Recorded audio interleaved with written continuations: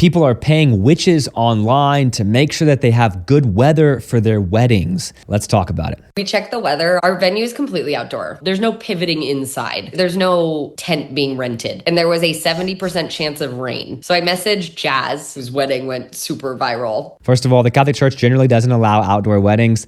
That's a bonus. You don't have to worry about bad weather if you're in a beautiful church. She's famous for using an Etsy witch. And I messaged her and I was like... So Etsy is like a website, I think, where you can buy, a lot of times it's like handcrafted goods, like bracelets and that kind of thing. But it seems like you can also purchase kind of niche services like this. I'm going to need that witch. She responded within 5 seconds, Angel Queen. Love it. And I messaged the witch and the witch was like, darling, we might be too late, but I'm going to do what I can. And I was like, you do you. I was like, I'll pay double for 2 spells. It was $17. Best $17 I've ever spent. Cleared up the next day. You did that. And then my friend Sophie also paid an Etsy witch, and we were in Paris for her wedding. It was raining the whole time. The one most beautiful day in Paris was her wedding day. The Etsy witches, they know what they're doing. Pay a witch. Pay a witch. It's not too pricey for the best day of your life. Hey guys, I'm Father David Michael Moses. I'm a Catholic priest. If you're ever in Navasota or Anderson, Texas, come by and visit the parish. And if you enjoy these types of videos, make sure you subscribe so you don't miss out on future content. So one, it's kind of scary that people are so casually talking about witches and spells.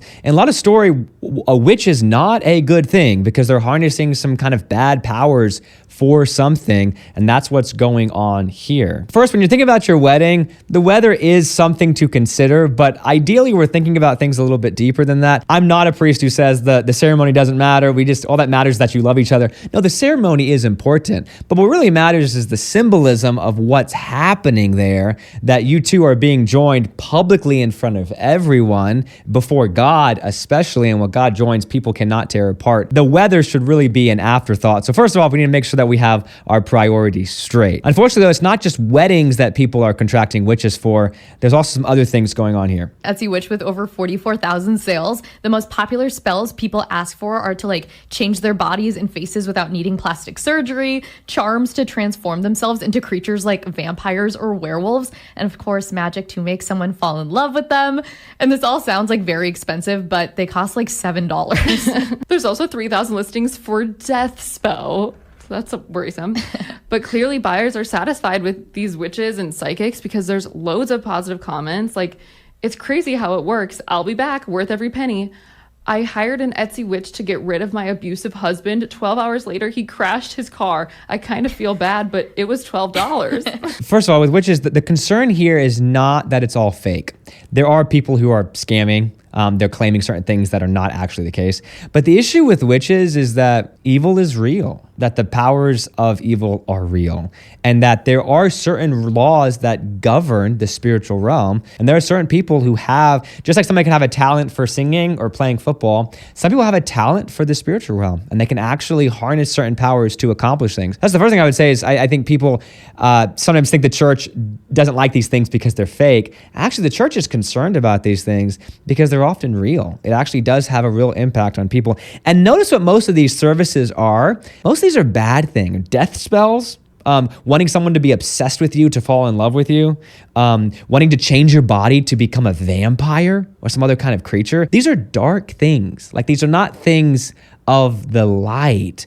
And that's part of the issue of what's going on here, especially when people are using spells to hurt other people. Jobs coming through and all calling back with great pay. I feel the curse is lifted. My ex texted me 3 days later, amazing. And then this last one, didn't get the job, but I feel more confident, worth it. So the psychic services industry was worth more than $2 billion last year, and is projected to grow up to $4.5 billion in the next 10 years. Because it's so viral right now. And people who study this phenomenon say that people, turn to witches and psychics and magic when the world seems so out of control. So during COVID, Yelp noted a 74% increase in Americans searching for psychics, and Witch Talk shot from 6 million views in early 2020 to 1.7 billion just 6 months later. So that's interesting. During COVID, they mentioned there was a rise in people wanting to turn to witches. What was happening during COVID? Yeah, there was a lot of chaos, certainly. But what else was happening? Churches were closed. People weren't going to church, to a place of worship. They weren't actually engaging in authentic spirituality oriented toward God. But there's a natural innate desire in all of us for the spiritual. So I kind of wonder if the void that was left in people's lives when churches closed was filled with a rise in occult practices, people turning to witches. You notice a lot of the reviews on the Etsy said that it worked, right? People got what they wanted, or things improved in some ways. I would sort of compare it to like dealing with the cartel, like with a drug dealer or something. People who get involved in that stuff, they're like, man, I made a lot of money really fast, right? This is so easy. This is so good. My life is so much better now, right? I have all these people I'm involved with. I have friends who've got my back now. I'm making so much money. Things are so good. Well, yeah, but what's the cost? What's the cost of this? How is this going to turn out? When you involve yourself in the cartel, your life might look a lot better immediately, but you might also end up getting killed. You might also end up with some really dark enemies. You might end up being involved with some very bad things that you suddenly can't get out of as easily as you got into it. And I would say the same thing. Yeah, when you start to engage with negative, evil spirits, yeah, they have some power in the world. Like God has given the devil some power in the world. They can immediately give you some benefits, but what's the cost? It's really easy to get in it. It might be really hard to get out of it. It's sort of like opening a spam email, clicking a link.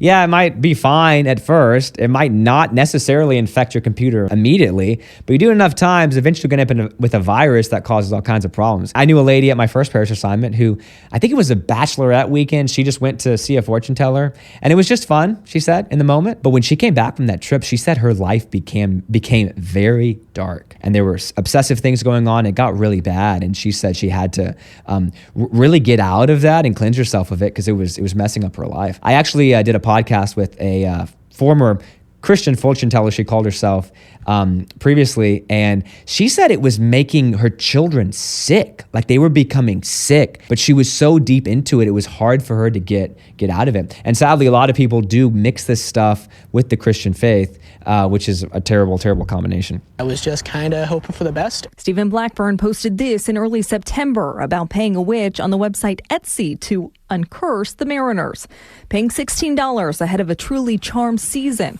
with the Seattle team earning a divisional championship. Would you identify as a witch? Yeah, I can identify as a witch. Vicki Adams owns Pan's Apotheca, a supernatural store in LA. Spellwork is a great catalyst. It's like hope, which is what a lot of people need these days. Magic is a lucrative business, says Adams, always around Halloween, though especially in recent months. This one is like one of the unhexing ones. But she issues this warning. Be careful, because there are scammers in every industry. I always recommend find someone who's well vetted, has amazing reviews. Whether you see spell buying as believable or bogus, it sure gave Blackburn a reason to believe. The Etsy witch is real. Yeah, it's just like the magic in all of us, really. So this highlights something pretty interesting. People are looking for hope. That is a good God-given desire, that we want things to work out, right? We want things to go okay. We want our team to win. We want our family to end up in a good place. We want to have a reason to hope, which is exactly what Christianity gives us.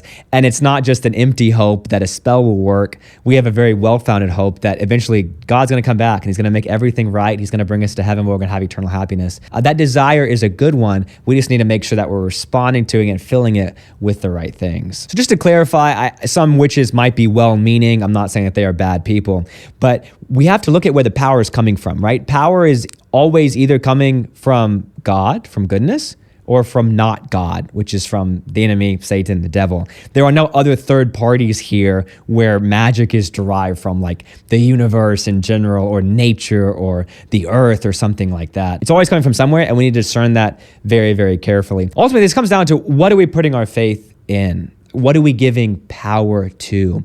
Are we giving our faith? Are we offering our hope to a witch on Etsy who doesn't really have a plan for your family or for your life and can end up being very, very dark? Or are we putting our faith and our hope and our trust in a God who loves us and a God who cares for us? Last thing I wanted to say, there's money involved in these Etsy witches. You're giving money and then you're getting something back. There is never money involved with God. There's never a point at which God wants $7 from you to make sure that your marriage works out, or God wants $1,000 to bring you into heaven. No, what he wants is your heart. But that's what he wants, is your heart.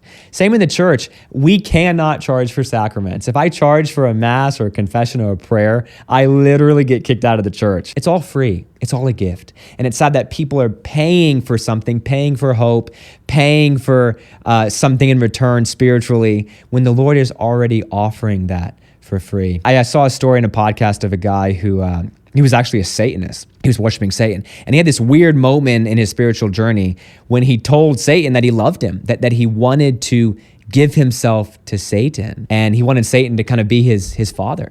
And he said Satan would not accept it because Satan ultimately did not want children.